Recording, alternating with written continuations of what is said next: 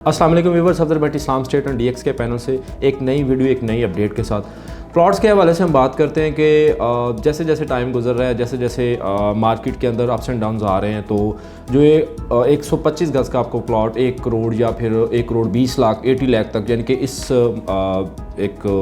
Various rates के अंदर मिलता था, अब वही उन्हीं रेट्स के अंदर आपको एक 500 गज़ का अच्छा प्लॉट मिल जाता है। एग्जांपल के बहुत सारे ऐसे प्रेसेंट जिनके अंदर आपको एक 125 गज़ का प्लॉट जो कि जिस तरह से अली ब्लॉक ले लें, प्रेसेंट 14 के अंदर आ जाएँ, 15 के अंदर आ जाएँ, प्रेसेंट 27 के अंदर आ जाएँ, तो ये फ्रंट वाली जो लोकेशन थी, अच्छी लोकेशन पे आपको प्लॉट जो है वो तकरीबन 75 से लेके और ऑनवर्ड जो है वो आपको मिल जाता था। 1 करोड़ 10 लाख तक भी प्लॉट गए। लेकिन अब उन्हीं कीमतों के अंदर आपको एक 500 गज़ का जो प्लॉट है, यानी कि अगर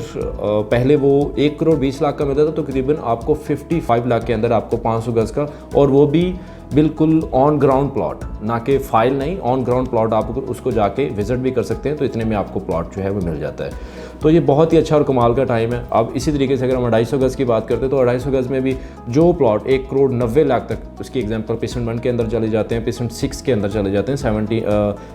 8 के अंदर जाते हैं, 16 के अंदर जाते हैं, यानी कि यहाँ पे प्राइसेस जो है वो 1 करोड़ से अबव थी। और अगर पेशेंट 1 की बात करते हैं तो यहाँ पे 1 करोड़ 90 लाख तक भी प्लॉट चले गए थे। और उसी कीमत के अंदर 1 करोड़ 20-25 लाख के अंदर, 30 लाख के अंदर आपको 1000 गज़ का जो प्लॉट है, 1000 गज़ की फाइल जो कि ऑन ग्राउंड होने के करीब है, जिनके ऊपर काम बड़ी तेज़ी के साथ चल रहा है, तो आपको यहाँ पे 1000 गज़ का भी प्लॉट मिल जाता है। अब ये वो टाइम है कि अगर कोई भी क्लाइंट, अगर किसी के अंदर होल्डिंग पावर है, परचेज़ करके इसको होल्ड कर सकता है, तो ये बहुत ही अच्छा टाइम है। तो इसके अंदर जो कम से कम 4 से 5 मिलियन का गैप पड़ा है, जो प्राइसेस जो नीचे आई हैं, तो वो इसको बहुत ही शॉर्ट टाइम के अंदर वो एक अच्छा जो है ROI वो गेन कर सकता है, क्योंकि मार्केट का जिस तरीके से टाइम बेहतर हो रहा है, जिस तरीके से टाइम गुजर रहा है, तो चीज़ें वो